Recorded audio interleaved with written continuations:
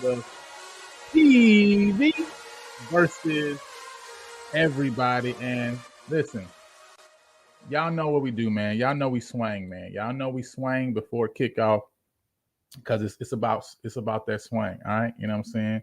Hashtag play swing before kickoff. So y'all don't know what it is, man. Excited about this opportunity to get a chance to have this conversation with you guys this evening. We got a lot. Listen, we got a lot to talk about.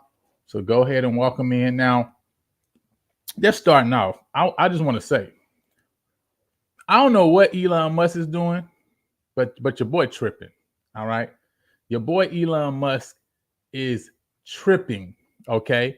Because right now, it's like I don't know what he's trying to do with X, Twitter, whatever you want to call it, but it was easy to just stream from multiple places, but now he wants to make it like, no, you got to have a premium account. It's like, listen, this guy, he just messing everything up, right? You know what I'm saying? So we were always on multiple platforms, but right now we're only on YouTube, right? So those who were probably waiting for it to go live on Twitter, unfortunately, hey, we're not there, but we are here at YouTube, and this is where we congregate. This is where we conversate in the first place. So I appreciate you all for coming and jumping on. Jennifer, that song is called Swing. All right. That's Swing. All right. And we got a campaign going on right now for the Marching Storm to play Swing before kickoff. You know what I'm saying? So, you know what I'm saying? That's the hashtag we got going. So, make sure you at the game early, because that's what we're gonna be doing. Play Swing before kickoff. What's going on, Richard? Happy to have you in the building. Look, we got some great conversations that we're gonna have. Again, I want to let you guys know that if you are interested in calling in, that calling number is 516-253-3434. And it should be working today, because listen, I checked it before I came on. It should be working today. All right. So whoever's gonna be the bold and the first one to step out, go ahead and call that number. You know what I'm saying? But the call line should be working today. All right. But for those who maybe you don't want to come through the call line, maybe it's easy for you to just jump on. I'm going to also drop the StreamYard link as well. If you want to, come on just audio, you can definitely do that as well. So, have two different ways for you to come on and share, because I want to get you guys feedback this evening. We got a lot to talk about, but before we get into it, you already know what it is. Listen, first and foremost, if you're not following us on Twitter and on Instagram, you're missing out. All right. Make sure you're following us on both pages, both platforms, right? Elon Musk tripping a little bit, you know what I mean? But listen, we still a good follow over on Twitter, right? Also, like and subscribe to the channel. Listen, we are on the hunt for 500 subscribers. As the last check I saw, I think we were right at 481, I think it was, right? When I checked yesterday. So let me see. We're at 482 right now. 482 subscribers. Listen, our goal is to get to 500 before the season starts.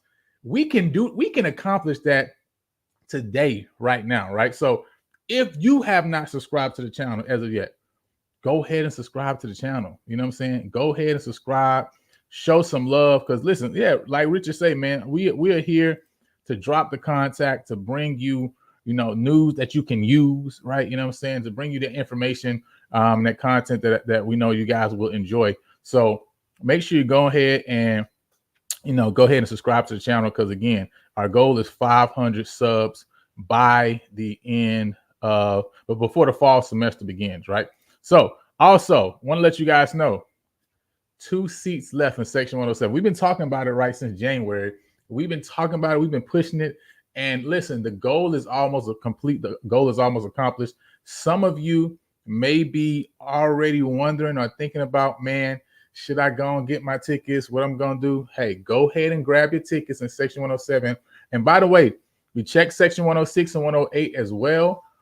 Those tickets are dwindling down too, right? Both of those sections have less than 30 seats available in each of those sections as well. So if you trying to get litty on the fitty, like we say, you need to go ahead and get your tickets right. Section 106, 107, 108. If you get two season tickets, then you also get a parking spot for free along with that, right? So that is the perk of getting two tickets. And of course, everybody love coming to the game with somebody, right? So, if you are trying to cop two season ticket packages, then obviously that's a benefit that comes along with it. But we're all, listen, them things about to be gone. All right. So two left, trying to get it, go ahead and get it. Now, I don't know if, again, I want to remind you guys, some of you are already aware, some of you are not aware. Prairie View is doing it big. This year is about to be a movie. And so since it's about to be a movie, we dropping a movie. All right. We got a docu-series that's coming out, going to be dropping on August 2nd of this year. And it's titled No Script on the Hill. So I'm going to go ahead and play the trailer because I know somebody watching has not seen it. They don't know what's going on. It's a five-part docu-series, right? Following 5 Prairie View A&M University student athletes, football players. And so it's gonna be a fire documentary. I'm super excited about this thing dropping. And so we're just trying to make you guys aware and let you know what's going on here, what we got going on, man. We're trying to do some big things this year because it's about to be a movie. So I'm gonna show you guys this trailer real quick, and then we'll get back to it. We're gonna tear them down. At some point, you better build them back up. Really taking this program from being a laughingstock to today contending for the SWAC championship. Unbelievable. Only thing that's on my mind is who's gonna run this town tonight. At the end of the day, we know better team. Next example.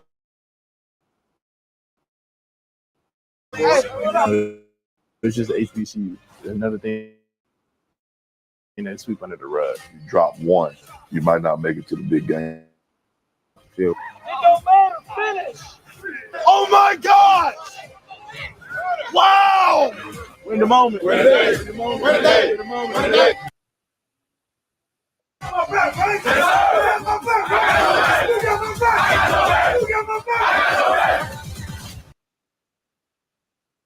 So that is the No Script docuseries that's going to be dropping starting August 2nd of this year.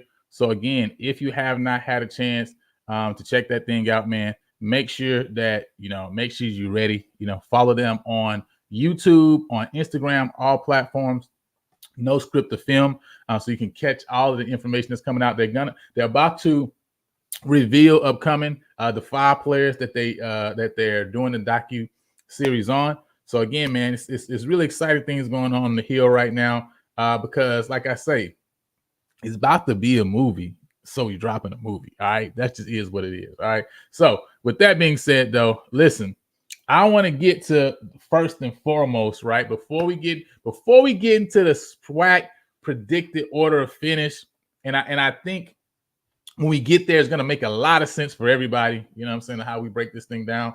But first, I just want to talk about this. And again, right, the call-in number is right here, 516-253-3434. Also, if you're interested in jumping on the StreamYard, that is also in the comment section as well, in the chat. So that way you guys can go ahead and jump in the background if you want to jump on audio that way and share your thoughts, because I really want to hear your thoughts on this.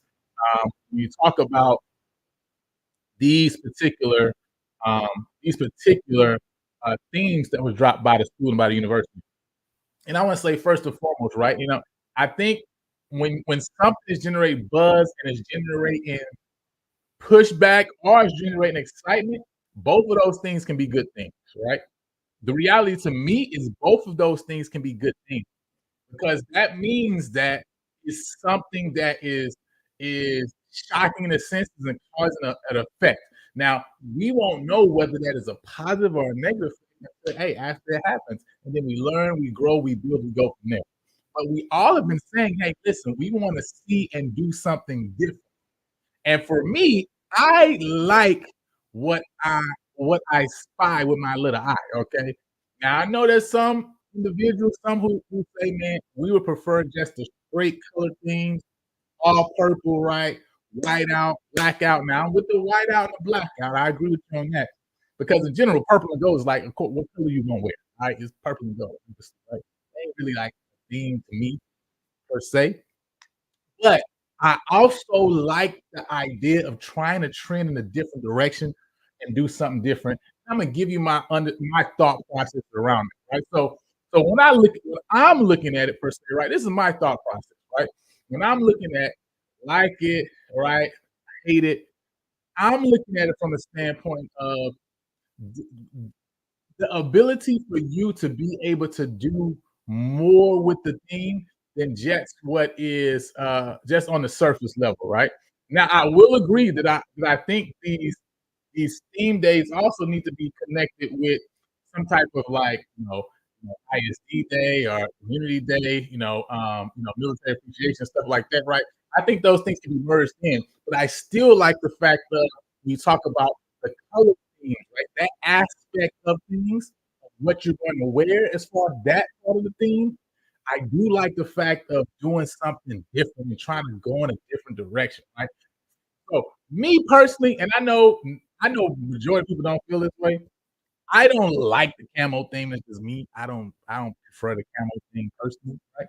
But again, listen, I heard some great points regarding the camo theme, especially in connection with military appreciation. So listen, I understand, I get it. One thing I hate is when we did like the military appreciation where it was slash, right? Breast cancer awareness. So you got like camo gear with like pink on. Like, I mean, we mix the stuff up. Like we need to be focused. We need to be one or the other. All right. I don't particularly like the camo thing. That's just my thought process in general. I ain't really feeling the camo thing, okay? But everybody feel it, that's cool. And I understand of moving the camo thing to a different day, right? But I'm not talking specifically about the day or the game per se now, right? I'm dealing with the themes in and of themselves. Because we talk about purple and gold, like I say, that's the push. That's really not here nor there. It is what it is, right? You're supposed to wear purple and we're supposed to wear gold. But now, let's get to it. Cowboy Western gear. Cowboy Western gear as a theme. Now, I know that there's conversation saying, well, I wouldn't wear that. I'm just going to wear my regular stuff. And listen, for me, I'm probably not going to dress completely up like a cowboy. I might go give me a hat, though, or something, right? You feel me? But got jean jackets, etc., depending on part of the year it is, how cool it is. But I have said for ad nauseum, time and time again, you are at an HBCU and you're talking about generating buzz with your fan base and especially amongst your student base, right?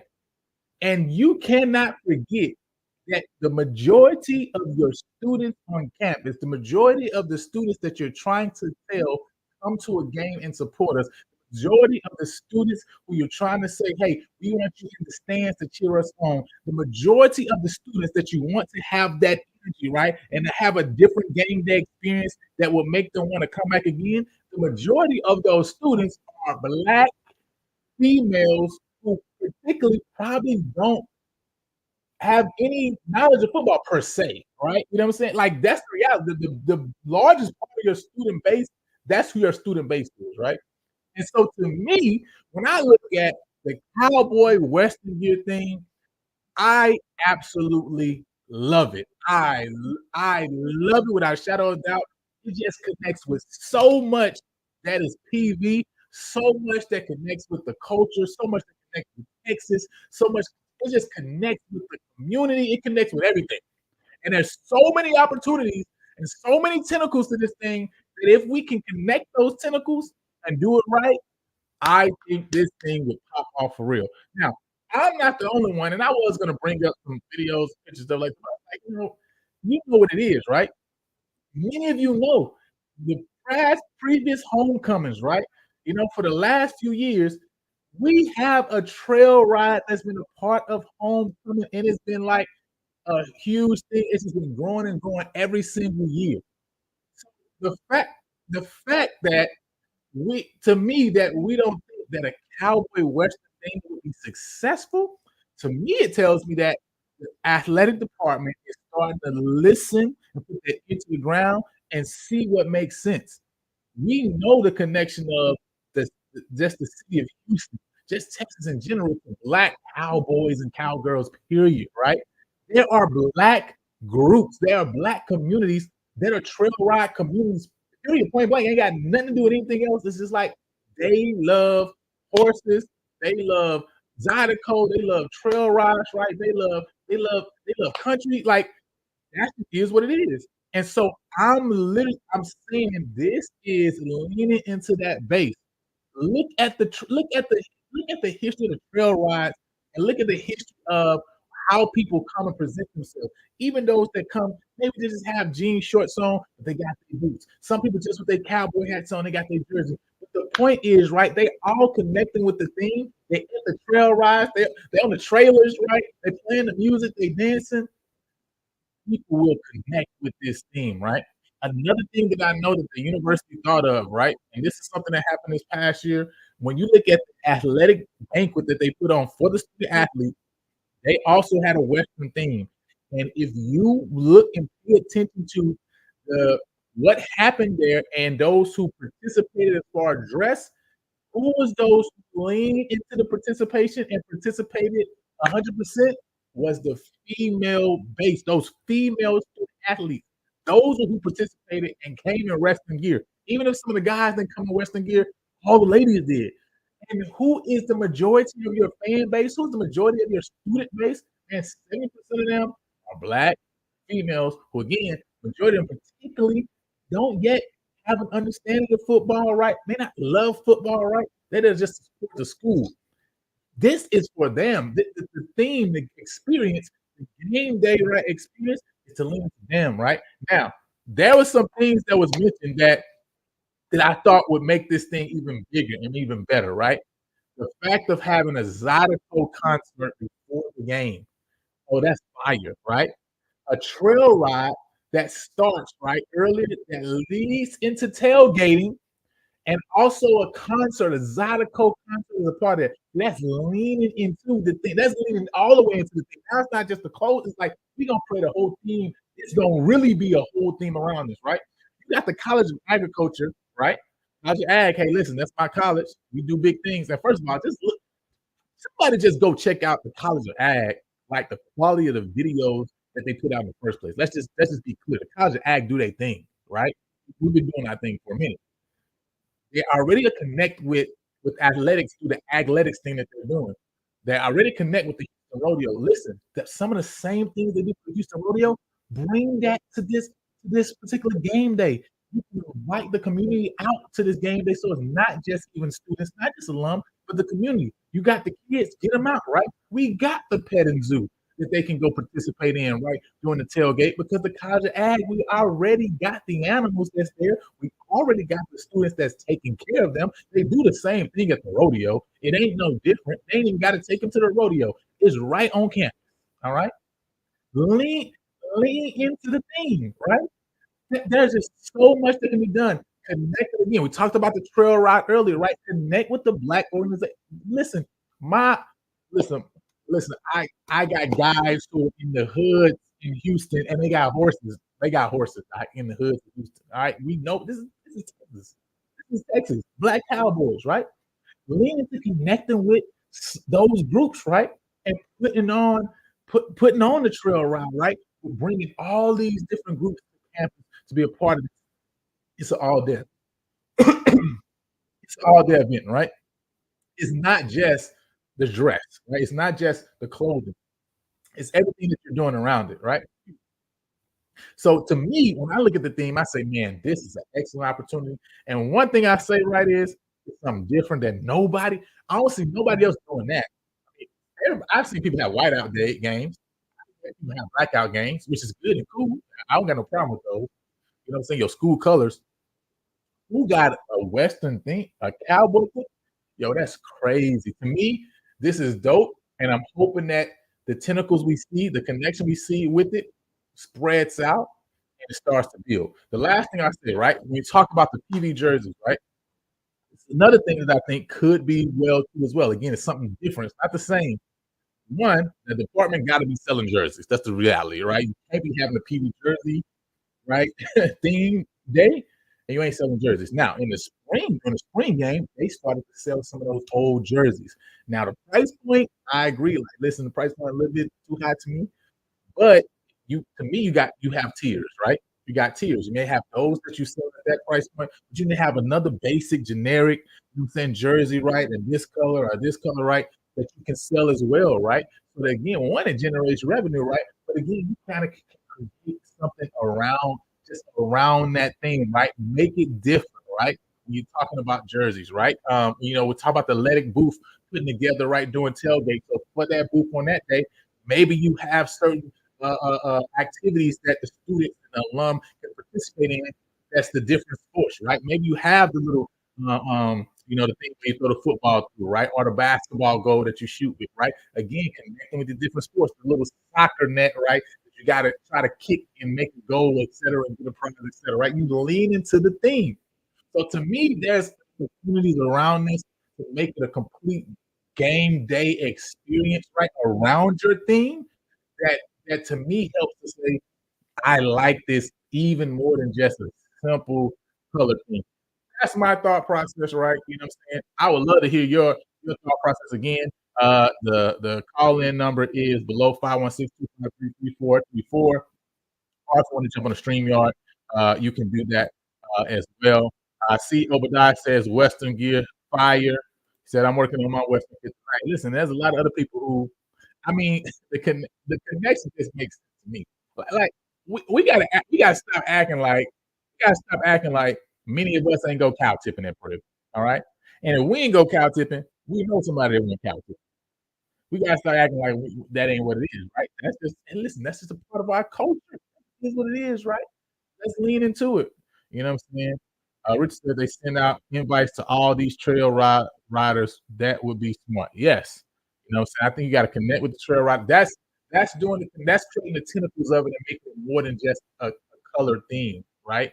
If you do that, right, because you just build me a complete game day experience around it, right? Oh, giving them shout out during games already, right? We already got the corporate sponsorship and packages that we've been building on, right? Listen, this is another way to lean into something like that. We got these organizations like this. Listen, we creating a special package around you. We know these are nonprofit organizations, these organizations for the community. We got a different price point, right, to give you a shout out during the game than even for these corporate sponsors over there. Hey, listen, we can build that too as well, right? You know what I'm saying? So that PB Nation, what's good? Say good point. Said first week of my freshman year, 09, went cow tipping. Listen, that's what I'm saying. We gotta start acting like boys ain't been out jumping the fence and going cow tipping at night with flashlights. Come on, y'all. We know what it is, right? We know what it is. Okay, let's lean into our culture, right, and make it something. So you listen. That's people who go to trail rides period all around, right? That's people who will come to that trail ride simply because of the trail ride to the game, and they will enjoy the tailgate and go to the game. That's come back to another. So to me, it also helps us to build around the community as well. So again, that's my thoughts, right? If anybody wants to jump on at any time and have a conversation, share your thoughts about that, right? The floor is open. The link is there, should be pinned at the top of the chat for you to jump on, and also the phone number is there as well for you to call in. So now let's keep it moving. Now, I know this is what a lot of people, a lot of y'all want to hear, right? This is I'm just being straight and being honest. And I think there's gonna be some shock value, I think, right? Because I just know how people are. But I want people to get out of the mindset of thinking that things always continue as they were. That's not how life works, right? It's not how life works, right? One small change can produce a big impact, a big effect, right? In a negative or positive way. That's the reality of the situation. That's the reality of life. So I don't want people to think that whatever happened last year, 2 years ago, that means something got to happen this year in the same line. No, it's not. That's not how things work. Okay, so I'm gonna talk about my predicted division winners, order of finish, because I know SWAC Media Day is coming up in 2 days, and I know, listen, it is the annual PV Snub Day, right, as we call it, the annual PV Snub Media Day. All right, that's what it is, SWAC Media Day. I'm sure they're gonna be picking PV to finish. At the most, I think they're a second behind the Grambling and Alcorn. I actually could even see them having us pick third, right? Because that's just what they do. It's the annual snub day. Okay, this is what it is, right? But I want to show you really what it's gonna look like, right? So first and foremost, this is my big, I think, old take that a lot of people would say they don't believe. Because the other day we had a conversation, Coach Green called on, and we talked about SWAC East versus SWAC West. And listen, from the end of the year, I was handling an argument and saying, listen, the records were actually even between East and West. And if FAMU wasn't undefeated, then the SWAC West would have beat the East more than the East, right? You know what I'm saying? Beat the West. The reality of the situation is, listen, the team that wins the East will have 2 losses. And I'm talking about 2 SWAC. We're not talking about 2 losses like overall. I know this is a bold prediction for many people to take. I know many people are not going to believe this or take this well, but hey, listen, put it in the year and realize, like, yeah, I made sense. The team that wins the East this year is going to have 2 losses. 2 losses, right? I got Jackson State finishing first, right? I do have Jackson currently, based on everything that I've seen, right? I got them winning the East, but I got them winning the East at a 6-2 record, right? Alabama State tied with them at first, 6-2, but Alabama State is going to lose that game to Jackson State, even though it's in Montgomery. And I got Florida A&M. I think this is probably this may be one of the shockers, right? I have Florida A&M at 5-3. I think they're going to drop 3 SWAC games. I think they have the possibility to even drop more than 3 SWAC games. I think they're going to be in a lot of close games this year.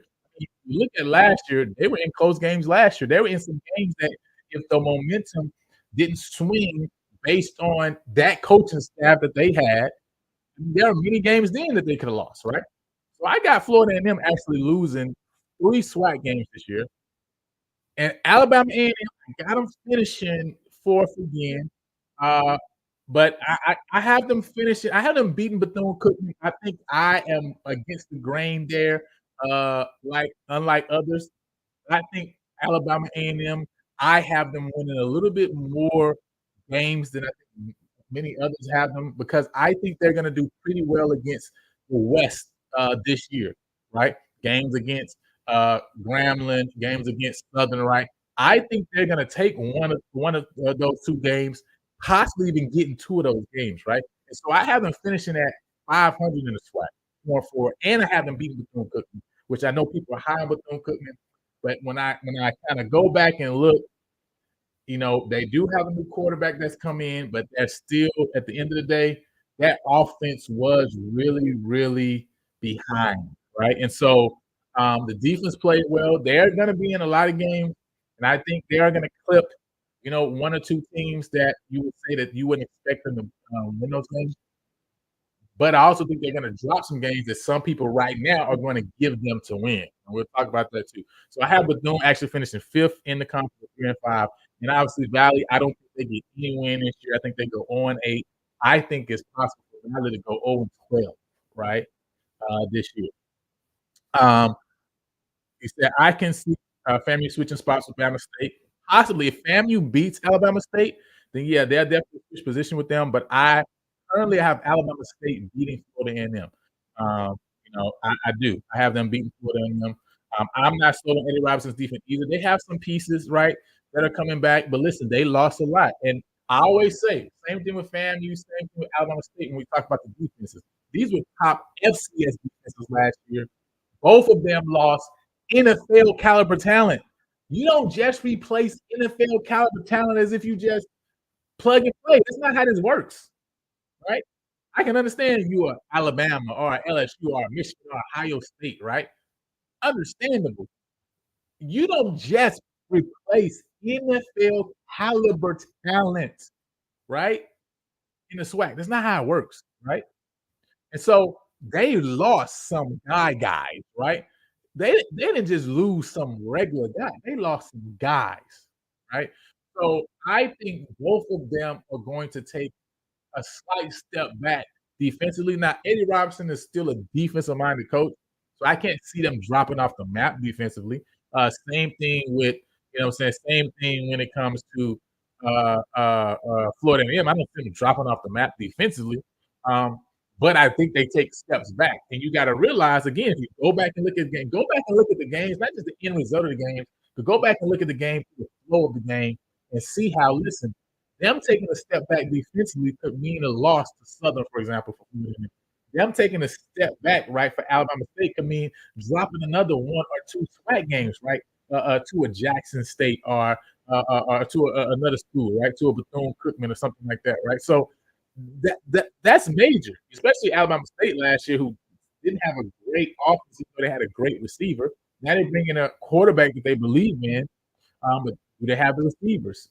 Do they have the running back room, right? So it's a lot of questions Alabama State on the offense, and also the defense is going to take a step back. So I think that hype train is going to kind of slow down after the first 4 or 5 weeks of the season. Not that they won't still be in it and have a shot to win, get to the SWAC championship game, but I definitely think that hype train is going to start slowing down early on in the year. And people are going to start being more realistic on Alabama State, right? So, and yeah, I got go Bulldogs. Yeah, listen, I got Coach Maynard winning some games that I think a lot of people got them losing. That's just the reality, right? I got them beating Bethune-Cookman. I think they're going to beat either Graham or Southern. They were in those games. They were in those games last year, right? And so I got them winning one of those 2 games too as well, if not both. And so I think they finished 4-4. I think Woody takes a step. I can see them finishing as high as second. Yeah, the defense. The Bethune-Cookman defense is going to be solid, right? They had a solid defense last year. The question is, they did lose a few pieces off that defense. They did lose a couple pieces off that defense. Now, the good thing they've done is they brought in some guys who have playing experience at the next level. So it's not even just guys they brought in who coming from other programs who didn't have previous playing experience, because that's one thing that I try to see. Right? How many snaps the other guys have? So they're bringing in some guys that had snaps. That's beneficial for them, right? But man, that offense was really, really, really, really, really terrible. So, you know, if they could shore up that line, right? You know what I'm saying? I know Rick Ross' sons coming in. If they can shore up that line and at least have a solid running game, then now I think they're in a good position, right? Because again, they can try to fit the mold of Alabama State last year and try to kind of just grind games out, you know, keep games low scoring. But I just don't see, man, I don't see them having that just dynamic, you know, player to just get them over the hump right now on the offensive side. And that's why I definitely can't have him that high. I mean, second is like really high. I mean, I really like Woody and what he's done so far. I still feel like he's maybe another recruit class away, maybe, you know what I'm saying? But I think it's kind of high for me. Everybody said Bama State is real for real. They're real for real. Hey, listen. Hey, wait, it's still all out there to be seen. You know what I'm saying? Question. I think like I've been saying, I think they draft night Caitlin Clark. They're getting all the hype. But once they get to the league, you realize they're really not the best player in the league, right? They're a great player. I mean, they draw a lot of eyes. They're not the best player in the league. That, to me, is what Alabama State is this year. Right? It's hey, things that, you got to wait and see. But I also think, I mean, even when you talk about, you know, with Andrew, I don't think that Andrew is going to put up crazy numbers, because I just don't know if Eddie Robinson is willing to move too far away from the type of offense that he has previously had, right? So I do think they air the ball out a little bit more. And that may also just be a product of, again, I don't know if they have the running back room like they've had previously. I mean, they lost 2 really good backs. He lost a back that went to Mexico, and now he's jumped up to to another, I think like P5 program, right? So they lost some good backs, man, out there backfield. Just lost Keyshawn Johnson. Again, you losing main pieces, and now you got to go find somebody else to plug into those roles. So it may just be a little bit too much for Andrew to just try to put all on his shoulders, right? You know what I'm saying? I mean, does Andrew have to throw for 2,500 yards and rush for 600, 700 yards? I mean, a lot, man. So I just think at the end of the day, it's too much to ask him on the offensive side of things, right? And trying to figure out who those guys is. And then also, like I say, right, when push comes to shove at the end of the day in the real game, like how much is Eddie Robinson going to allow the leash for the OC to really let Andrew loose? That's the real question, right? So, that's a part of that too. You know what I'm saying? So he said the running back room is full. Hey, so we're gonna see, man. We're gonna see. I know. Listen, I hope they get the game against Central, but just because, listen, I always think the SWAC do well out of conference, but I think that Central game is gonna definitely show us a lot. You know what I'm saying? So, yeah, they said I don't see FAMU gelling together so quickly with their roster turnover so big. Yeah, they do have. It's like they have a lot of new pieces, but they also have some stays there, right? So that's kind of the good thing with them. They do have some guys who are there. So I mean, that secondary room is going to be solid. I think the O line is still going to be well, right? Obviously, that running back room, they have multiple pieces there. But I think there's certain rules that I think they're still going to be they're going to be good in, right?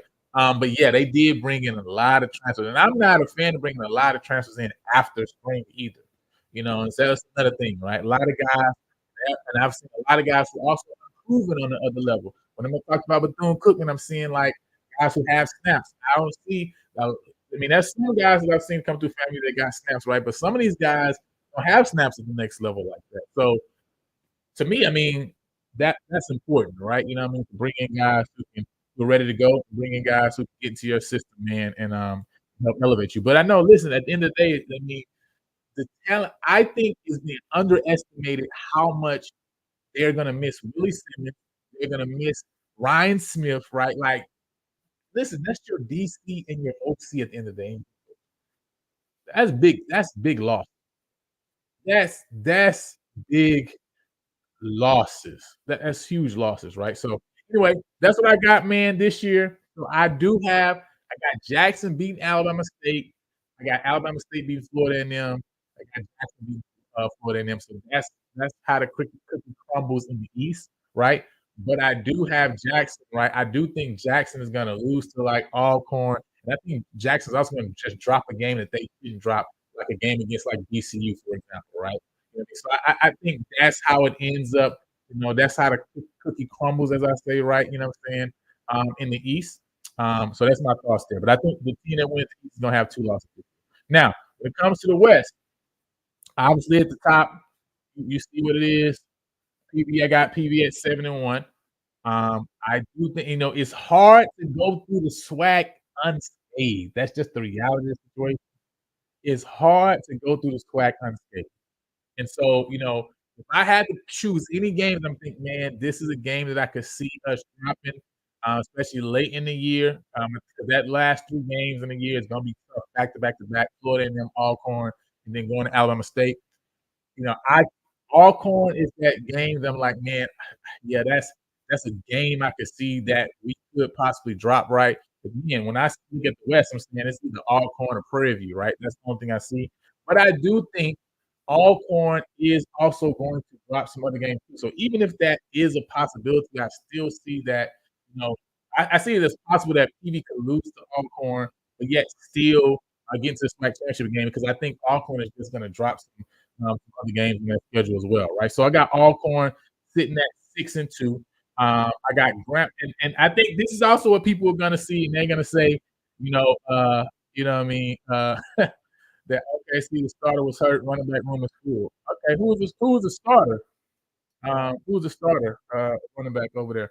But I know what people are going to see on this list and see Grambling 6-5, Texas Southern 6-5. I mean 6-5. Sorry, 3-5. Grambling 3-5. Southern 3-5. UAPB 1-7. UAPB is I got them winning, beating Valley, right, in that game. Listen, I keep saying it. I don't think Southern is gonna be good at all. I don't think Southern is nowhere close to winning the SWAC West. Nowhere close to winning the SWAC Metro game at all whatsoever, okay?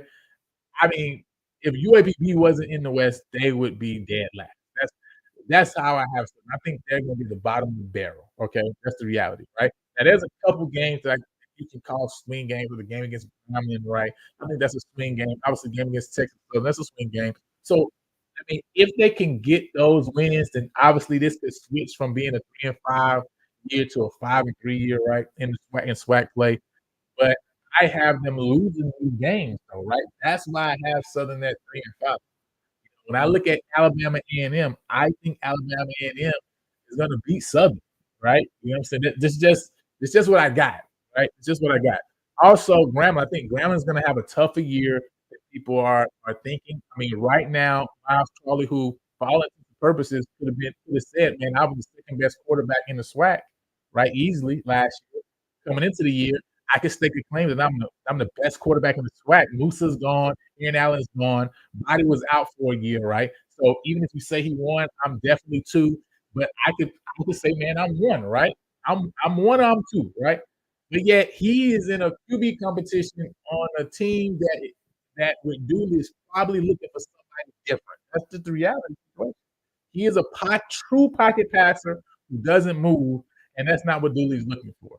And so the reality is he's going to the fall camp with the high probability that after he thrown for 2,000 plus yards, right, 2-to-1 in the touchdown interception ratio, he may not be the starter at Grambling. That's the reality, right? The other thing is Grambling only gave you 15 sacks last year, right? And then you lost every single piece of that starting 5 on the offensive line. You lost every single one of them to the portal. You lost your 2 star running backs to the portal. I think the top 3 running backs altogether, right? Like, Grambling lost a lot, and they brought a lot in, right? But again, all of it is just we don't know, right? You know what I'm saying? That's the reality. So you got to put together offensive line to make up for this offensive line who just led the SWAC in sacks against you, the lowest at 15. You know, that doesn't bode well for Grambling. And listen, I understand then why they probably want somebody to do a little bit more, because that line they put together, it may take some while for them to gel, right? And so Grambling's going to be, I think Grambling's going to be a little bit more trouble than people are thinking, are giving them. And then also Texas Southern. This is the last thing I got with Texas Southern. And then I'll bring Richard, I'll bring you in here in a second. I see with Texas Southern, right, is Texas Southern, I think, is actually going to be a little better than people think. So I have Alabama A&M a little higher than I think people have them. Equipment a little lower, and I also got Southern a little higher, Southern a lot lower, right? That's kind of my differences there. I think obviously FAMU, I got them lower than most people would have them. So I think Texas Southern is also going to win a couple games too. Listen, you had the newcomer of the year, Jace Wilson. I know that they brought a couple new quarterbacks in, right? But again, he has playing experience is big, right? Having somebody been on the field is huge, right? He had that time, over 1,600 yards last year, right? His receivers let him down a lot last year. That's just the reality. Grambling game, I remember it vividly. I mean, drops, right? So I think he has an opportunity to come in and also play well again. The real question is going to be the defense. You know, that defensive coordinator, what he does, because they have pieces, right? I mean, they got a Jacob Williams. They got an Isaiah Bogarty, right? They got some pieces, especially in that linebacker group. Obviously, they lost Noel up front, which is a huge loss for them. And then, of course, on the secondary, right, as well, a couple pieces there. And so, can you put together a defense that's going to be to keep teams kind of at bay throughout the year? But I think they're going to be in games, right? They were in games last year. I think they're going to be in games this year. They definitely have to find a running back who's going to take the place, or 1 or 2 guys that's going to come in, right? Because you're not going to have one guy to do what Owens did. You got to have 2, 3 guys to come in, right, and be able to put something on the field to make it comfortable for Jace, right? Because when Owens runs for 1,300, then Jace, I only need to throw for 60, right? He don't got to go for over 2,000 plus. So you need the running backs to come in and say, Jace, I only need you at 1,800. I only need you to go crazy, right? Because I can get 1,000 or 1,200 from 2 other backs, right? 700 from one, 500 from the other, or 600 from one, 300 from one, and 200 from another, something like that. That to me, that would be a good mix for Texas Southern. But there's a lot of question marks, especially just with the coaching staff. But I still think Texas Southern. I think they're gonna do a. I just feel like they're gonna, because people kind of looking at them as a team that's down and out. I feel like they're definitely gonna bite people this year. I mean, just like they bought Alcorn last year, right? So, obviously with Alcorn, they're gonna have a great defense, right? The question obviously for them is on the offensive side of things to me mainly. Of course, with with Tyler Macon, right? Obviously, Material Hunt is gone. But you got other receivers. I know they brought in some running backs, right? Who have some time elsewhere. So they've done a good job there to keep that line together. So the real question is going to be kind of that new OC that's coming in. Is that scheme what Alcorn needs to keep them consistent, right? Aaron Allen kind of just jumped out of nowhere, right, and went crazy last year. I think that put Alcorn in a position where they had a shot at the West. Can Tyler Macon do the same thing? Because if he can't do that, which to me, I don't think he can. But if he can't do that, then that's where I feel like Alcorn is going to be in trouble as far as being able to consistently, get the job done on the offensive side of the ball. And with PV, man, listen, the defensive line is just going to be – that's going to be the strongest unit on the defensive side of the ball, and they're going to make the job – make it easy for everybody else behind them, right? You know what I'm saying? I mean, I think we can go like 3 levels on the defensive line this year, and I think that's going to help every single body on in the secondary. Those linebackers are coming in and clean things up. And on offense, I mean, the wide receiver room is the deepest that I think I've seen in the so. I mean, literally, I'm almost like, how I don't even know how we just going to use all these guys, right? You know what I'm saying? It's like they're just going to be talented just on the bench that's just probably just biding their time, right? Because you literally got so many guys there and that's available. So I'm excited to see what's going to happen. I'm really excited for Labor Day Classic, right? And I think we got 2 guys that can get the job done right in the quarterback room. Obviously, there's going to be a competition there. I've said it multiple times that I think Cam, because he's been here in the spring, and because of that playing time he had last year, Kilgore, 26 touchdowns, 6 interceptions. Listen, that's the numbers you want to see, right? And so obviously, I think PV is going to get it done this year. You know what I'm saying? So let's go. Let me see. Before I move on, says since everybody's running back room is full, then let the best squad win. Yeah, for sure. PV at the top, you're making trouble now. No, I mean, it's either Alcorn or PV. That is what it is. I mean, I'm even saying, listen, the loss I got there, because I'm like, nobody's probably going to go undefeated. The loss I technically got, I'm thinking, is the Alcorn game. I just think Alcorn is going to drop 2 other games. So, it's really going to be the game right there, right? You know what I'm saying? So I've even said that. So it is what it is. Alcorn is scary. Yeah, Alcorn, if they get their offense together, it's going to be real. No, man, Alcorn QB is running QB, can't throw into the Pacific Ocean. Richard, are you on? You hear me?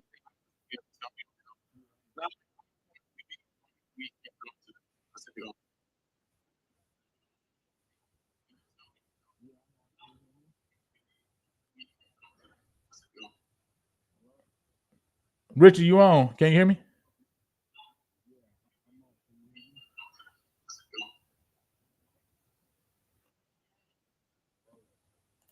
Sound like you got me on in the background, so you probably got to turn that down. All right, so he said SWAC Media today was SWAC and then preview. That's crazy.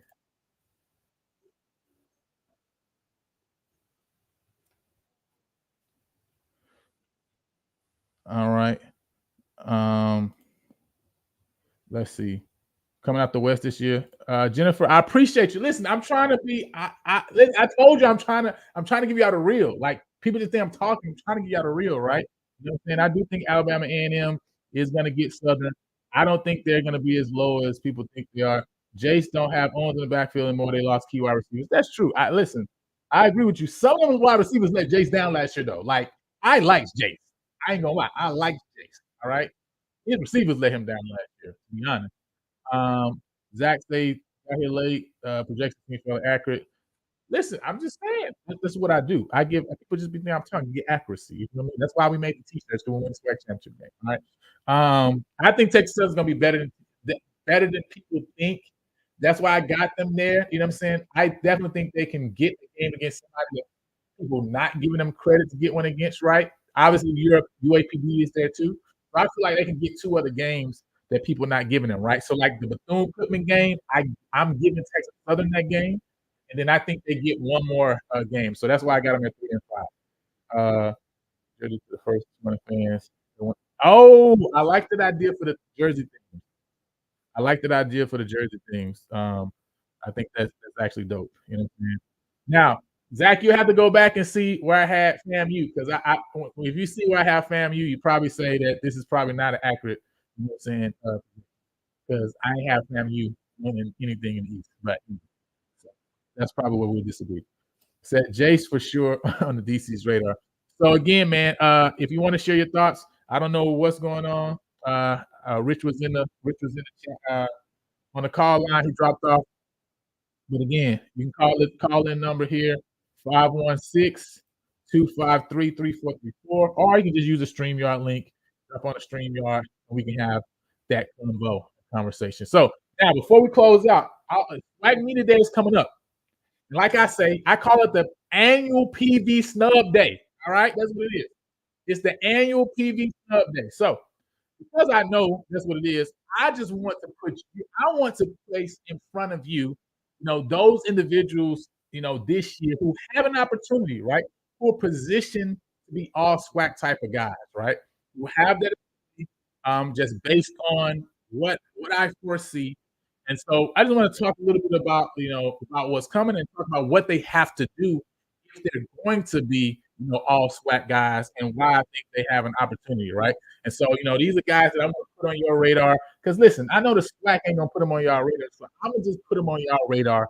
Y'all can go ahead, be aware, know what's going on, and get ready for the show this year. So, first and foremost, let me get the banner out the way, right?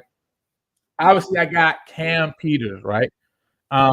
When you talk about somebody who has obviously an opportunity, to get the accolades, right?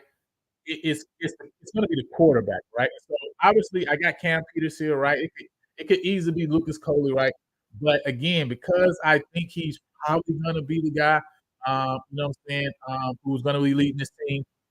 Listen, one, he already has an opportunity to be newcomer of the year. Look at what Jace Wilson did this year. With 1,600 yards, right, passing. I believe he had, I want to say 13 touchdowns and like 6 interceptions, 12 touchdowns, 6 interceptions, right? That was newcomer of the year numbers, right? I think Cam is going to blow through those numbers. I mean, that's like 6-7 game numbers for Cam this year, right? So he's immediately already on the radar for newcomer of the year, period, point blank, right? Because he's going to be leading this team in his Wheaton offense. That Wheaton is not going to be. Remember we talked about it the other day. There's not going to be a 65-35 run pass this year. That's not going to happen, right? We're going to see almost a 50-50, 49-51, 47-53, right? That ratio of pass to throw is going to be way different this year. So Cam is going to have an opportunity to put up the numbers, right? So automatically, like I'm saying, he's going to have an opportunity to be in that newcomer of the year conversation. And I think he's going to get it, right? If he wins, right? If the wins come with it, right? This is the caveat, right? Then you're talking about offensive player of the year. Because we already know at the end of the day, with a Shadur Sanders, with a Jeremy Musa, that offensive player of the year award is a quarterback award. That's just what it is, right? We argue about Jarvion Howard. We can argue about Darius Owens. It's a quarterback award, right? And especially for the quarterback that leads his team to win, right? If he has the numbers. Jeremy Musa had the numbers last year. Shadur obviously had the numbers. So when you talk about winning, right? Winning is a part of that portion, right? PV wins the West, wins the SWAC championship. It's almost like hands down, like whoever is leading that team on the offensive side of the ball, that's the offensive player of the year, right? Now, what numbers? And listen, this is gonna be a way more balanced offense than last year. You know what I'm saying? It's way more balanced offense than last year. Now, when you're talking about what he needs, right? Let's talk about the numbers though. When you're talking about what he needs to do, outside of just winning, right? 2,000 pass yards, 15 plus pass touchdowns, and a 2 to 2.5 to 1 touchdown to pass to interception ratio, right? Listen, that's what Jeremy Musa had, right? 18 touchdowns, 9 interceptions, right? No, sorry. Jeremy Musa, 22 touchdowns, 10 interceptions, right? That's a little slightly over a 2-to-1 touchdown to interception ratio, right? We talked about Aaron Allen last year, who ended up being the second team All-SWAC quarterback, 15 touchdowns, 6 interceptions. That's a 2.5 to 1 touchdown to interception ratio, right? Miles Crowley obviously would probably be that next guy people look at. He didn't get one of those two positions, but he would probably be slotted in next. 2,300 pass yards, 16 touchdowns, 8 interceptions. What are we seeing, right? You're looking at 15 plus touchdowns, 2,000 plus passing yards, and again, that 2 to 2.5 touchdown to interception ratio. That's very doable. I mean, in Whedon's offense, that's super extremely doable, right? For him to do. Also, what he's going to have and add on that Musa didn't have and that Aaron Allen didn't have this year is, both of those guys only two rush touchdowns. David Musa with negative rushing yards, obviously not really a guy with his leg. Now it's not really a guy with his leg. Aaron Allen had 74 rush yards total. So again, he's not a guy with his leg. If Cam also can add maybe 200, 250 rushing yards, maybe 4 or 5 rushing touchdowns, well, now you're talking about a total touchdowns of 20 plus, right? And so I think that's very doable for Cam this year, right? I think 2,000 pass yards is extremely doable, and with a team that's going to be winning. Again, newcomer, he's automatically going to be in that conversation. Offensive player of the year is definitely going to be about, do we get the job done and win the West and win the SWAC championship? And then when you talk about, being first team or second team, a quarterback, it's about those numbers. That's the range you want to be in. And I think he's going to really have a chance to be in that range when you're talking number-wise, right? You know what I'm saying? See, Juice is going to get tough pieces out last year. That's going to be a question, right? We got a lot of guys when you talk about tight ends, right? You know what I'm saying? So let's move to the next guy, though, that I got here, Shamar Savage, right? We're going to get to Lottie in a second. Let's talk about Shamar Savage. When you look at what Shamar Savage did last year, this is a guy who only had 20 catches, right? 20 catches. And I actually don't have his yardage up here, but I believe he had like 20 catches for maybe like 400 odd so yards, right? So you're talking about a guy who really the secret to Shamar Savage last year was the fact that he had the highest average yards per catch numbers than anybody in the SWAC, right? 22.4 yards per catch, which is just crazy. That's mind blowing, right? 22.4 yards per catch. But now, only 20 catches. I want you to understand. Last year, Shamar Savage only had 20 catches. 20 catches for 448 yards and 2 touchdowns. That's where he was last year. Now, we're talking about, again, because we're talking about why I think these guys are going to be there and what do they have to do to be there. Let's look at this past year, right? When you look at the guys who were there, Keyshawn Johnson, Marcus Raleigh, Jamarie Sharee, Materia Hunt. Those are 4 guys who got the All-SWAC nods, first team, second team. What were they able to do? You know what I'm saying? When you're talking about Keyshawn Johnson, this is a guy who had, 61 receptions, 829 yards, 7 touchdowns. Materia Hunt, 37 receptions, 633 yards, 4 touchdowns. When you talk about Marcus Riley, 34 receptions, 584 yards, and 5 touchdowns. And then you had, Jamarie Sharee, who was able to grab 51 catches, 497 yards, and 3 touchdowns, right? So you can see kind of where the numbers need to be. So what I have him listed here is like Shamar Savage, if he can get 40 catches, 500 yards, and 5 touchdowns, that's 12.5 yards per catch average. And everybody that's in that top receiver range in the SWAC on this past year, all of them are over 12, right? They're over 12. They're really in that 13, 14 range, right? So that's very doable. And like I say, last year he was 22.4 a catch. And so, is this possible? I think so. Listen, you got to understand. I want you guys to understand. And we talked about it before. You know, we didn't throw the ball like we should have. 65% run, 35% pass. I want you to understand. Shamar Savage only had 29 targets in 2023. I know this is gonna blow your mind. 20 catches on 29 targets. He was only thrown the ball 29 times. A guy who averaged 22 yards per catch. Okay. I want you to understand, right? So when you talk about where he needs to be, and I think you understand, if you look at the fact that we threw the ball 252 times last year, we ran the ball 479 times last year, you know, those numbers are going to be more even, right? So even if you had 352 passes, 379 runs, right? That's more of a place where we may be. So even if you just immediately say, okay, there's 100 more pass attempts out there, how many more of those pass attempts will Shamar Savage get versus what's going to be divvied up to other receivers? And I say I could easily see him getting another 30 pass attempts, right? Another 30 thrown his way. That puts him at around 60, right? That puts him at around 60 targets, right? And I think out of 60, I mean, 40 catches out of 60 targets, I think is that. I mean, I think that's even maybe slightly lower than what he can actually get, right? But 40 catches is very doable if you're going to have 60 targets. And I think, again, 12 and a half average per catch, you know, that's 500 yards if he can get in the end zone, right? This is going to be the caveat. Only 2 touchdowns last year. Can he get into the end zone 5+ times? I think that was these numbers would solidify him as, yeah, this guy's a first or second team, you know, all-SWAC guy.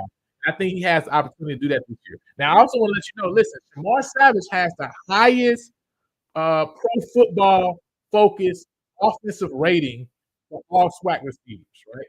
So this is a guy who, when they go back and look at the film and say, man, this is really one of the guys, right? So he really needs to get looks, really needs to get targets because, man, I think this guy has the ability, has the size, has the skills. And, man, he could position himself to have a chance to get looks and maybe play at the next level, man. So I think you also, obviously, winning is going to help too, right? Because you had guys like Antonio Jones from Grambling. I mean, I think he could have an argument to say, you know, SWAC, Cameron Young from Alabama A&M, Fabian McCree, obviously Jackson State, right? But I think, you know, it's definitely easier to make those arguments when your team wins, right? You know what I'm saying? So obviously, Keyshawn Johnson just, you know, knocked it out the park as far as receptions, highest receptions, highest, you know, yards as a receiver too. Material Hunt follow him second, and then when you got Riley and Sharif, they just on the winning team, right? They had the numbers for sure, but they also the winning team, right? So I think that is what's going to kind of knock out Antonio Jones or Cameron Young. So winning is also going to help when you talk about Shamar Savage getting that nod at All-SWAC as well, man. So so that's Shamar Savage. Now, I said Shamar Savage is going to have 1,000+ yards. Hey, listen, now I'm all for it. You know, Savage is he definitely is savage, right? You know what I'm saying? I said PB offense might average 50 a game. That's no cap. Hey, listen, I'm with you. I listen. If anybody hope they average 50 is me. So let's move on, right? All right, let's talk about Rowdy Goodwin. You know, we talked about the tight end room. Obviously, you guys know, man, we got multiple tight ends in this room now. Who can all play? Jason Medlock, who came over from Alabama State previously at UConn. You also have Ethan John, who's coming over from Iowa Central Community College at Rowdy, right? Godwin also coming from Trinity Valley Community College. When I look at all three of the guys, because I know we're going to use the tight ends more, but the question that I asked, right? The question I had to ask when it came to Rowdy was, who was the guy that could get 20+ catches? Because when you look at, you know, Tavarius Griffin, look at DJ Stevens over at Jackson State, which was, again, the number one and number two tight ends, you know, from this past year. That's what you're looking at, right? You're looking at 20 catches. You're looking at 300+ yards, right? And then a couple touchdowns. That's where you need to be. And I'm thinking, okay, who is the guy that has the – because, you know, you could easily see that, you know, those 20 catches could be divvied up between Jace Medlock, Ethan Gunn, and Rowdy Godwin as well, right? It could easily be that too as well, right? Versus him getting those 20. But I think the thing that sets him apart is when you look at, one, his size, 6'7", 250, but also, man, he is great in the run game, right? As a blocker. And so I'm like, man, this is a guy who's gonna get a lot of chances to be on the field. You know what I'm saying? And especially when you talk about in, red zone packages, goal line packages, which is, hey, that's a tight end's dream, around the goal line, using that big body, right? And being able to get scores, right? Especially off play fakes, etc. And so, he was a guy when I just looked at the film that I said, okay, I think he's probably a guy that's based on kind of what I'm seeing. I could see him getting more snaps and more opportunities than the other two guys. And again, right now, listen, we still got fall camp. The guys got to go through, but just that big body, that big frame, right? Seeing what he does in the run game, I see him being on the field, right? To have an opportunity, to bring in that amount of targets. Last year, Trinity Valley had 11 catches for 110 yards, right? It's a guy who caught half of what he needed to catch last year at Trinity Valley already. And now he's coming to an offense that's going to be a lot more pass friendly, a lot more tight end friendly.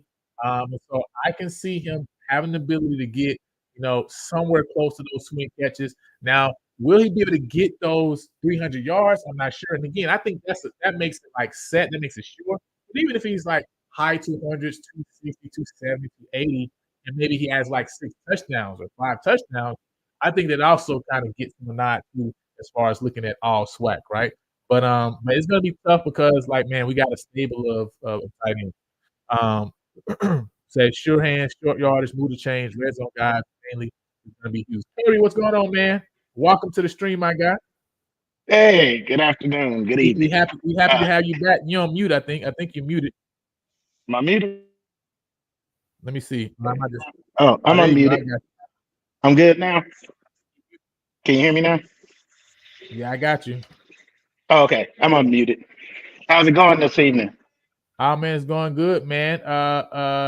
We're just going through, man. I'm trying to really break down and show how, man, we got some guys this year that really the SWAC need to be paying attention to. Because I know, listen, the PB snub day is coming. So I just want PB Nation to know, listen, don't let the snubs, make you think that we ain't got some guys, right? We got some guys, man. So what do you think, man, about, any of these guys that we've gone through so far? Cam, Shamar, and Rowdy. I think one of the things you missed was Shamar is bigger than most receivers in the SWAC. This guy is 6'4", 215, and he can fly. And one thing that I remembered and admired about him is he can make those catches like right in the corner of the field. Like if you just get it there, he could really move the change for you. And he's very hard to tackle. He's aggressive. And the other thing you left off is Rowdy. I don't think we ever had a tight end that was 6'7", 250. Never. Yeah. And you got and people are just sleeping on the fact that we got Whedon. This is the first time PV has had an experienced OC that wasn't promoted from wide receiver coach or whatever. And the one thing you left off that's going to sneak up on everybody, this is the first time we've had a quarterback coach in years. So that's true. It's going to be real interesting because what I like about Whedon is he likes to do like Coach Shotgun. And you remember how many points we average with him. He gives you a lot of eye candy. I went and looked at some of his old games, and he likes to give you a lot of eye candy and movement. And what's scary about that, you had a little argument on your last call about the OC, but I'm going to be honest with you. I think I haven't played high school football since high school, but I could have won with Conley. What we failed to do with him is we could have dragged the tight end across the middle and did some misdirection because what people don't know about Conley, the dude run a 4.3. So you didn't do enough where he could really the defense knew where he was going to be, and it was kind of tough when the whole crowd knew that first down we were running a 21 dive. It was kind of, and you put yourself in a bad position. This year that's just going to be different, and with his creativeness and what people aren't talking about, I think you left a guy off the list. That dang Juicy getting used in the offense the way he should be. I see him possibly running the ball sometime in the slot, running, a sweep, doing a wide receiver belly route, just all kind of stuff, because he ain't the biggest guy like me. I'm not the biggest guy, but he is just so aggressive and so really wanted. The few times he touched the ball last year, it was going to be a first down. Oh, yeah. Yeah. He was dynamic. And then with that wrecking ball you got at a running back, 6'2", 230, 240. Oh, yeah. You don't know what our offense is going to do. And so I'm just saying that I'm not really being a homer. I'm looking at it for what it is. And I just really think that but what's going to happen. SWAC Media Day, Prairie View will be picked 3rd or 4th in the West. So that's how it is. That's how we're going to have to make people believe. So that's how it's always done, man. You know what I'm saying? We about to get there. You know what I'm saying? We about to get there. You know what I'm saying? We about to talk about that. I see that bad man is in the building. You know what I'm saying? Yeah, there he is. Yeah, bad man is in the building. Yeah, man. We're just talking about, because we know how the annual PV Snub Day at SWAC Media Day goes. So we're just trying to let people know, what the numbers need to look like. And we really think with you and Coach Whedon, man, that, getting those numbers that'll put you in a position, newcomer of the year, you know what I'm saying? All SWAC is there, man. So I know you mentioned Lamar, right? We're about to get to him in a second. I want to talk about what I think Chris Herron needs to do real quick. And I think when we talk about Herron, we talk about Juice, talk about James Burns, right? We really could have put a lot of guys here. You just can't have 5 receivers, right? You know what I'm saying? So, but we got so many guys who are dynamic, right? You know what I'm saying? Who got speed. So really this really kind of fits any of those guys, Bill, of what they would have to do if they're going to get all SWAC, right? Because I think Shamar is going to have that chance based on just what he's able to do and his size, right? But now when you talk about Herron, Juice, look, I'm saying 30 to 40 catch range and talking about big yards after catch average, right? So that means like you still getting like 50 yards, right? 500 yards total, period, throughout the season, right? 5+ touchdowns, right? And when you look last year, again, one of the big things I'm keep nailing home is people don't realize how little targets many of these guys got. Chris Herron only had 14 targets, all 2023. You know what I'm saying? So Rajon Spiller, only 35 targets, all 2023. Oh, he take the top off of defense. So, man. So that's what I'm saying, man. We got a lot of guys in that room. We're going to be spreading the wealth around. You know what I mean? But, I think if those guys stay in that range, then we're gonna be able to get where we need to get to. You know what I'm saying? Yes. So let's move forward, because you talked about the backfield. So I want to mention we got some of the big meat eaters up front too, because I want to bring some of them. Oh yeah, I love the meat eaters. Because I think these guys have an opportunity too, to be some guys. Hey, listen. Whenever they snub us, we're gonna put them in a movie. Tell them, boy. He said something right there. I told y'all this year, man. This year about to be a movie, so we making movies. That's what we do. The year about to be a movie, so we making movies. You feel me?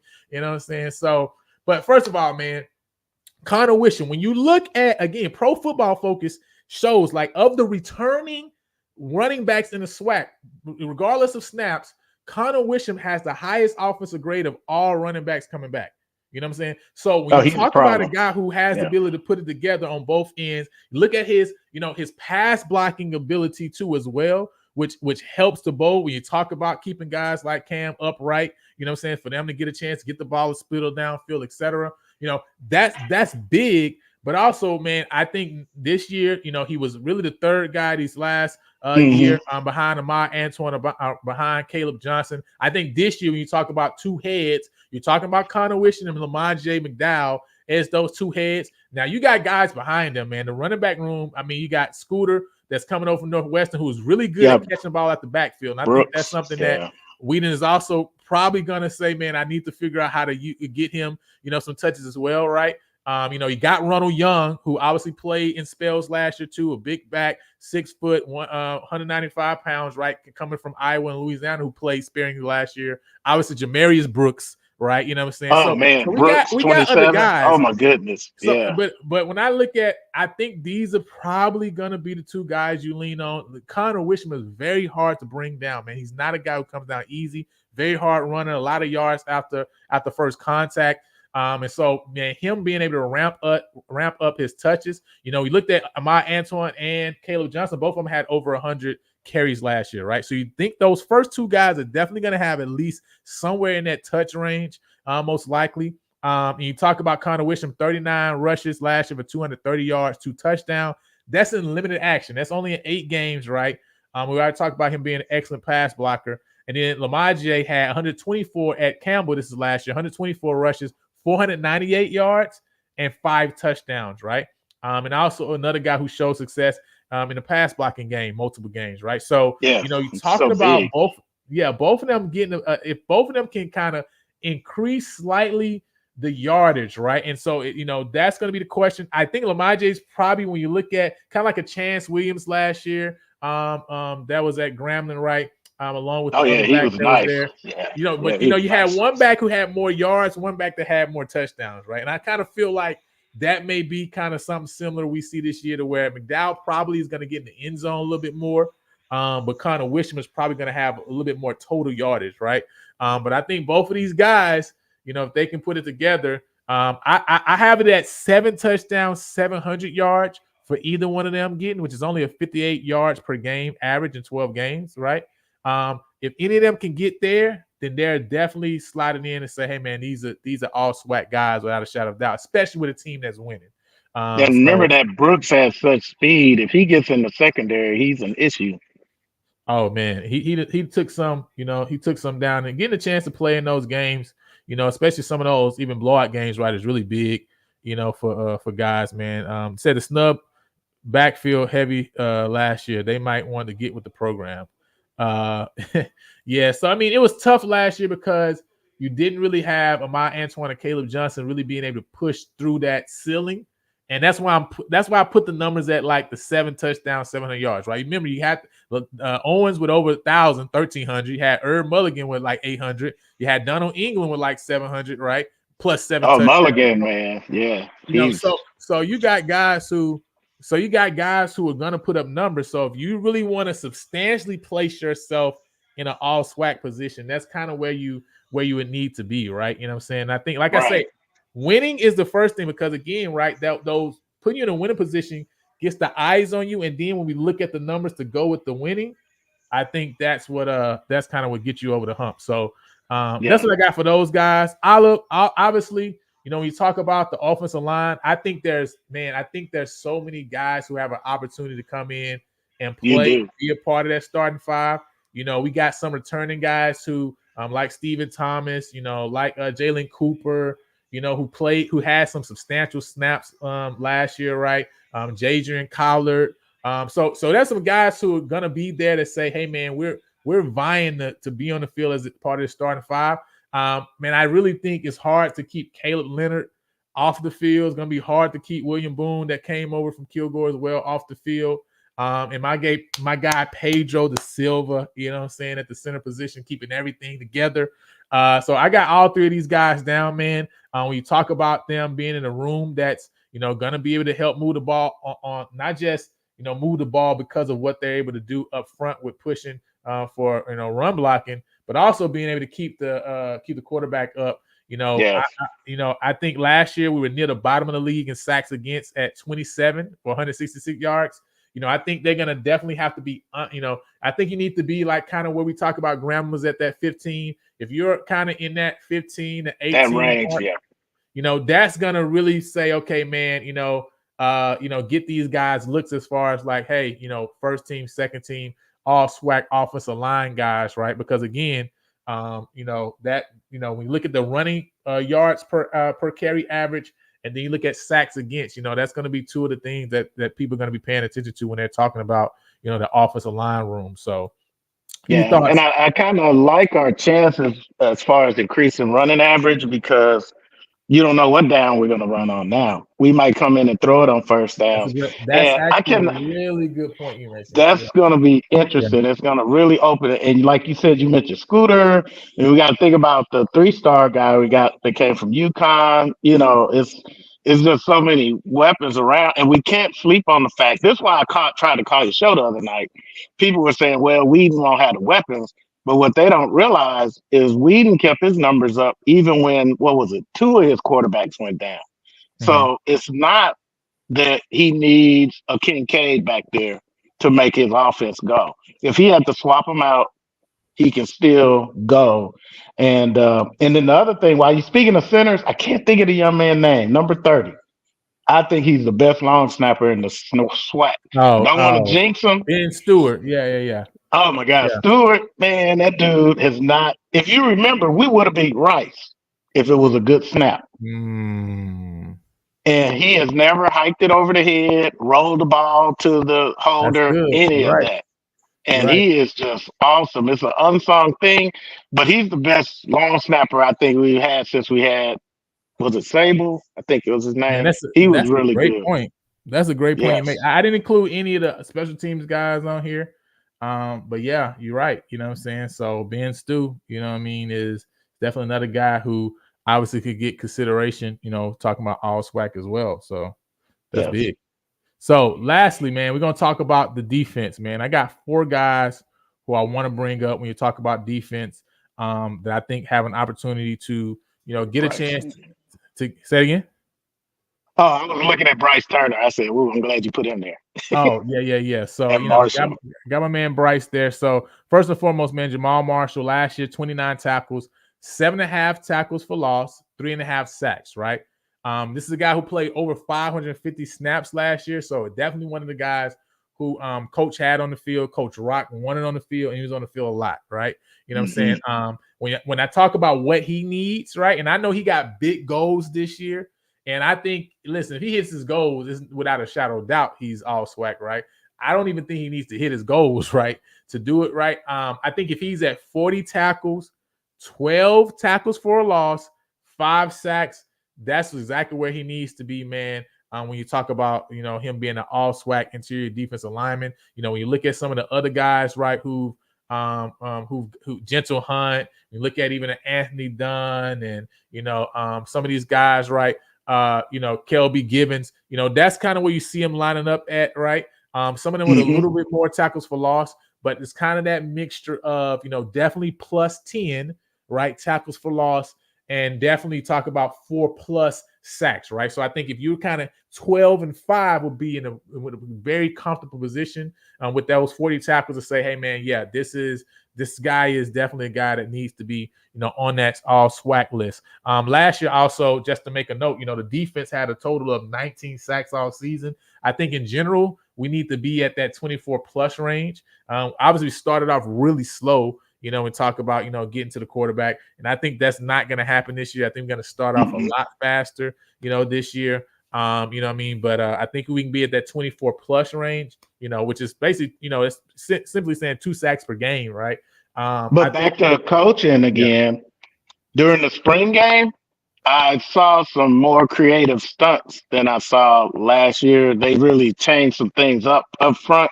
I think we brought in some defensive ends that's going to help the interior. It won't be as easy to figure out who to double team.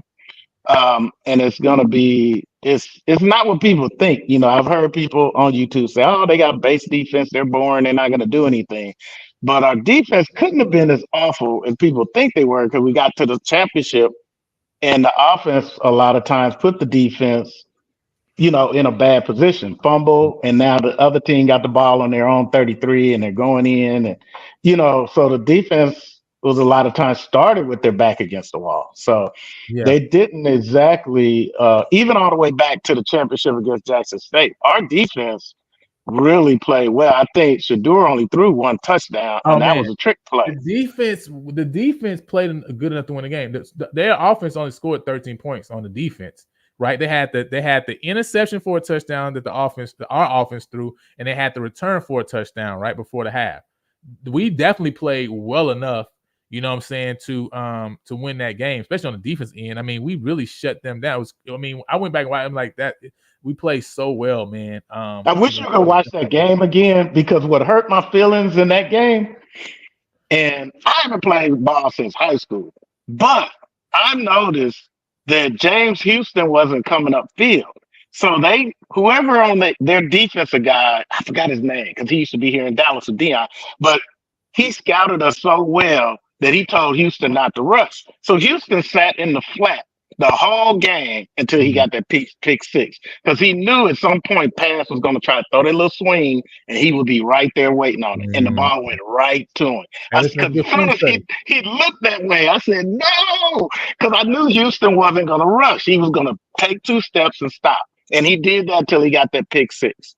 Hey, listen, that's good film study. And hopefully that'd be something with these new tablets, the SWAC giving us, that we'll be able to catch on the tablet. Like, hey, Houston dropping, so you know what I'm saying.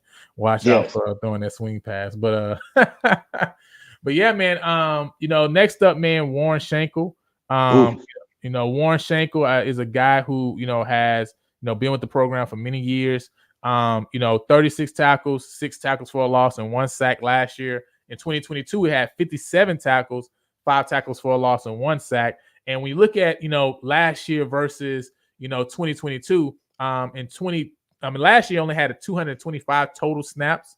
But he had 332 total snaps in 2022. So that's 100 more, and he produced about 21 more tackles. So if you really extrapolate that out, that for what we saw Keyshawn Johnson get, he had 521 total snaps last year. Travion Green had 497 right now. Obviously, Schenkel's stepping into that position, that role. So if you extrapolate that out, that's 99 total tackles, right? And that's exactly where he needs to be. If you're talking about as a linebacker, All-SWAC, listen, your number is 100 tackles. All right, this is what it is. 100 tackles, 10 tackles for a loss. I would say 4 sacks.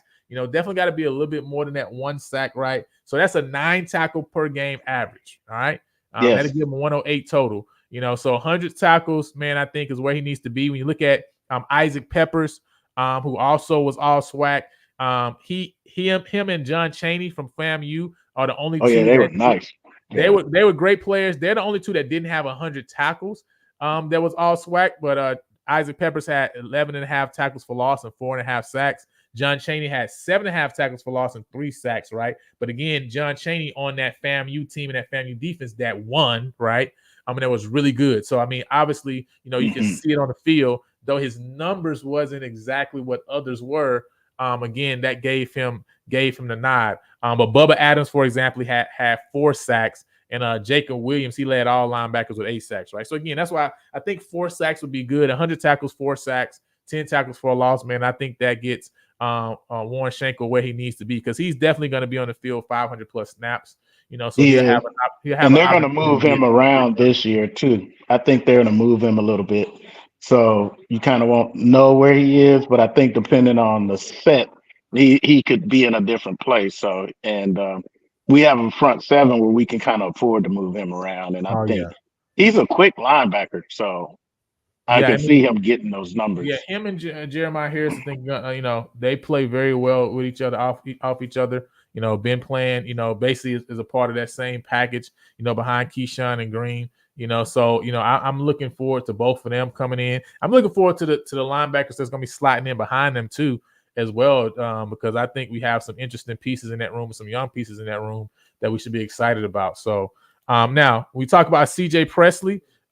Listen, this is a guy who, and I mentioned CJ Presley. I think there's, when we talk about that line, I think you mentioned it earlier, man. We have a couple guys who I really think, man, especially some new guys who really can make some noise. When you look at that spring game, one guy who definitely popped out was Fred Stokes. Okay, even on that pick six, really, if you go back and look at that play, man, Fred Stokes is the one who got pressure on the quarterback, right? Getting the unblockable, man. That dude was hard to block. Hey, I saw that, and he looks very healthy now, man.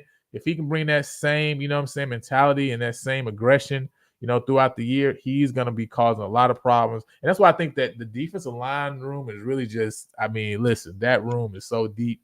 And that's the room I'm really excited about on defense, because it makes the secondary job easy, right? Mm-hmm. So, But CJ Presley, man, last year 54 tackles, 7 tackles for a loss, 3.5 sacks, very similar to Jamal Marshall, and that's over 537 snaps. I think he needs to be 50 to 55 tackles, so in that range, but he just really needs to increase those tackles for loss and sacks. If he can get to 11 tackles for loss, 7 sacks, I think he'll be exactly where he needs to be as far as being considered an all-SWAC performer. And I think he obviously has the ability to do that, especially now having other guys that can go in there as well and get the job done. I mean, that means he'll be able to get a lot of one-on-ones too as well. So I'm excited about, CJ Presley too, who came over from Villanova, you know what I mean, and has been great for us, man. Just a leader all the way through and through. So I'm super excited about, him and what he's going to be able to do. And the last guy, man, I'm super excited about Bryce Turner coming back. I had a chance to interview him. He's a guy who didn't get a chance to. He played in that 2021 championship game, but had a targeting penalty, only played a couple snaps in the first quarter, didn't get to play in the championship game because of injury. So I know he's excited to get back on this field, man, and get the job done. Back in 2021, that was his best year. He had 602 total snaps, 57% reception percentage when he was in coverage, which means, 1 out of every 2 times the ball thrown his way that he's not allowed to catch, which is great. 49 total tackles that year, and also that include 18 stops, 5 pass breakups, but no interceptions, right? No interceptions. So I think he needs to be somewhere around 60 tackles, 8 pass breakups, and he needs to have, I would say, 3 to 4 turnovers. So that may be 2 interceptions, 2 forced fumbles. That may be a forced fumble and 3 interceptions, right? Somewhere in that range, just as far as taking the ball away, right? I think would be good, right? And that would put him in a good position to be considered all SWAC on the back end, man. So what's your thoughts about Bryce and CJ Presley? Now, did Presley get the interception? Was it that him? Which one? Are you talking about Texas Southern game? Yeah. Was that him? No. That was Farrow. That was Darvier Farrow. Yeah, that wasn't him. Yeah, that's right. But but Presley is one of those guys, my favorite, the meat eaters. And he really manhandles his linemen that he goes against, but he doesn't take a lot of time. How some players are strong, but they spend a lot of time wrestling with the linemen, and he likes to get upfield. And that's one of the things I like about him. Our defense, like I said, is underrated because of a lot of times they were put in, weird positions. So they gave up some scoring, but if everything was all even, people are going to find out this year that defense really carried us, because no way we should have been in the SWAC championship averaging 18 points a game on offense. Yeah. So that lets you know those guys were, like you said, we didn't get the pressure up front we really wanted to get, but a lot of times we weren't in a position where we could really kind of push. Like we had to kind of do some, basic defense because of how we were in trouble, and it was tough to gamble. But I think I see CJ's numbers coming up, especially with some of the help we brought. The defensive line is deeper than people think. We've gotten taller on the defensive line and more aggressive because brought in some big guys. Yes. Real. Yeah, because that was one of the things you would always hear in the broadcast. Oh, they're fast, but they're undersized. And I don't think we're going to hear a lot of that this year because, Presley's not a little guy, but, I'm just saying, and neither is Marshall. But I'm just saying we've gotten even bigger than those guys on the line. I'm curious to see, how the new defensive ends do. They're pretty rangy and tall. Kind of remind me of the defensive lines that Alcorn had when they used to recruit. I don't remember who the DC was, but he used to like rangy guys, tall, big, strong legs, and they were just tough to move. And I think that is what we've kind of switched to this year versus the stubby guy that, he's tough to get around, but if you do get around him, you can't catch him. So, I think that's going to be the difference this year. And I like Bryce Turner. I think, like you said, the one game he got put out of, it would have been a big difference if he hadn't had to leave. And I think somebody said, watch out for Stacey Brown. I think it's who he's talking about. Yeah. And that's gonna help as well because, man, Stacey's nice back there. So Bryce is going to be able to maybe come up a little closer this year. And you got to remember last year, our defensive backfield, we had to move some people to positions they didn't play. Like we had Seatbelt playing safety when he's really more of a corner or a nickel. And, that kind of got us a few times because, he's good, but it's tough to learn a new position. And, he's moved on. But I just think that this year, having a little, it looked like we didn't go out and just get 50 people from the transfer portal, but we did get our depth increased, and there's going to be competition. So we might have some guys listed on our list, and some of the people they brought in might say, no, I want that spot. We don't know because that's how competitive it was going to be. And off topic from these guys, this is the first year that we've seen our quarterbacks really in the lab with their wide receivers. So that's going to be different this year because I foresee them having better chemistry this year. And all those guys are competing. They know this is probably first time in a long time where our quarterbacks know that I'm not automatically QB1. And that makes a difference when you got people nipping at you. Because, I mean, he'll probably redshirt, but, man, that freshman quarterback, wow.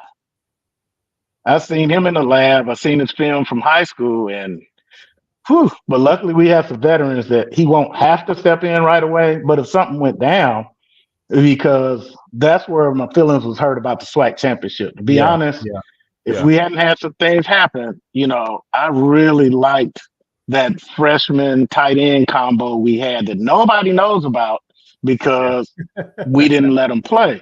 When we played against Lamar, we should have did more than let him hand the ball off 3 times. We had that game in control and it didn't count. And he just got frustrated and left as well as the tight end. But those two, they had that Mahomes-Kelsey chemistry because the couple times they did let them play together, they knew where each other was at all times.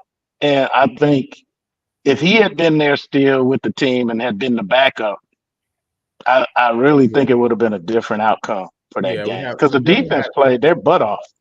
We'd had a better shot, and again, that's why I always keep saying, man, you got to go back and watch the game. You got to look at the game, not at the box scores, but actually just look at the game and the momentum. When did the momentum change? Look at how everything was flowing, right? And the first game with FAMU, I always say the game ended, really end of the first, second quarter, beginning of the third quarter. That's where we failed, right? And the games got away from us because it was 14-7. We're driving the ball on like the 33-yard line of FAMU, and we literally throw a pick that is run back to our 15-yard line when really we should have just hit the running back out of the backfield. He probably gets the first down. If not, it's just 2nd and 3 or something, and we keep going, right? Because that was under that play was open. You know what I'm saying? So it's like, these things are things that are important when you think about just how things roll. And so, the defense, played extremely well in different spots. People just don't remember, right? The Alcorn game, second half, you had like 6 straight, drives of 3 and out for Alcorn. Southern game, the whole second half, no passing yards until the last, Hail Mary heave, right? That they ended up catching for like 40 yards, right? So UAPB only giving up 1 pass yard. So it's like you have certain games. It's like, man, you see that this defense has the ability to put it together. And in the spring, they looked a lot more aggressive. Like you said, a lot of the schemes look a lot different. And one of the bigger things that I saw was they finally started getting their hands on people, linebackers and cornerbacks. The past year, that for some reason they just wasn't doing that a lot. Or even at all, really, but man, in the spring, listen, they were a lot more aggressive. So I'm really interested to see what it looks like, man, with that front 7, and then also, how the cornerback room is the room that I'm, really want to see how much they have improved from this past year, because we really didn't we only brought 1 guy in that particular room. I know the safeties we were set at really, you know what I'm saying? But, so I'm really interested in seeing kind of how they have improved, because I think with a better defensive line, I think we're also going to see some better production from them as well. But I'm really interested to see in what guys get the start, what guys are getting who going to get, some of the main snaps, in the games, because, I know there's a lot of competition in that room as well. Yeah, it's a competition. And I think what's going to help with that room as well is you're going to have experienced safeties back there this year. And the front seven, I think, is going to, and you know, this is our theory right now, but I think the front seven is going to have more pressure, giving the quarterback less time to make a decision. So the cornerback is not covering for 6 or 7 seconds. You know, so that's going to make a difference because, you know, we had cornerbacks playing safety and they're back there and, you know, you do some things out of instinct. When you should have stayed back there, you come up because as a corner, you like, I need to cover this guy. And when really you should have stayed back where you're the safety valve. Because that's why it's called safety, because you're the last line of defense. So I'm curious to see how that would go, because that's what I like about Bryce Turner is he's good at being the last line of defense. Because he, you know, if he gets you back there, you're gonna get hit, and it's not gonna be pleasant. So yeah, him and Stacey Brown, you know, him and Stacey Brown will both bring the hammer. So it's gonna be interesting. But and Cam Franklin, I mean, so all of those guys, man. You know, I mean, really that whole room. I love all the safety room. Traylon James, Bryce McDonald. I mean, all of them, those guys, man, can really get it. So, and the one thing I'm happy too, and that I'm excited to see about the front being a little better is because we were really at the bottom as far as turnovers too, you know, all year. So that is going to give us a chance to get our hands on a lot more balls, especially interceptions. And I think that will change a lot, man, because you talking about, man, getting the offense the ball a lot more with this offense, with this chaos. Chaos. Yeah, it's gonna be exciting, man. But Kerry, man, I appreciate you for jumping on and just sharing your thoughts. Always insightful, you know what I mean, as ever. So you definitely got to keep coming on and jumping on, man, and sharing your thoughts with me. But yeah, man, until we're gonna definitely jump off here. I hope that for all y'all PV Nation, you know, you guys really appreciate it. If you haven't subscribed, man, listen, if you haven't subscribed up to now and we're able to knock this video out for you and give you this content, you really should subscribe to the channel. Because, I mean, we're trying to get you guys some information that, one, so you can see and be confident in what we're talking about, because we really got them guys. We really got them dudes. You know what I'm saying? So now you can know. You can go tell a friend that tells a friend that tells a friend. You know what I'm saying? They can't say we didn't warn them. Can't say we did. I keep saying it. I keep saying we listen. We gave you a lot of warnings. So when you get your water cut off, you know why. Like we sent you the letters in the mail. We sent the SWAC letters in the mail. You know what I'm saying? And they didn't pay their dues. You feel me? So yeah, they're not gonna listen. They don't, you know. Oh no, I can't wait to Tuesday because I already know what's gonna happen. So I ain't tripping. You know what I mean? So we appreciate all y'all, Jared and all y'all, man. Appreciate y'all who've been down from day one, you know, rocking with us again. We almost at 500 subscribers now, man. Make sure you go ahead and like and subscribe to the channel because this is our goal before the fall, before the season and the ball drops. So we got a little bit of time left. We're like 18 subs away. Go and share with somebody, man, that you know would be blessed by the content and would be excited about being over here with us and just growing with this community of PV Nation, man. So until next time, we appreciate all y'all for jumping on, and we'll holla. Later.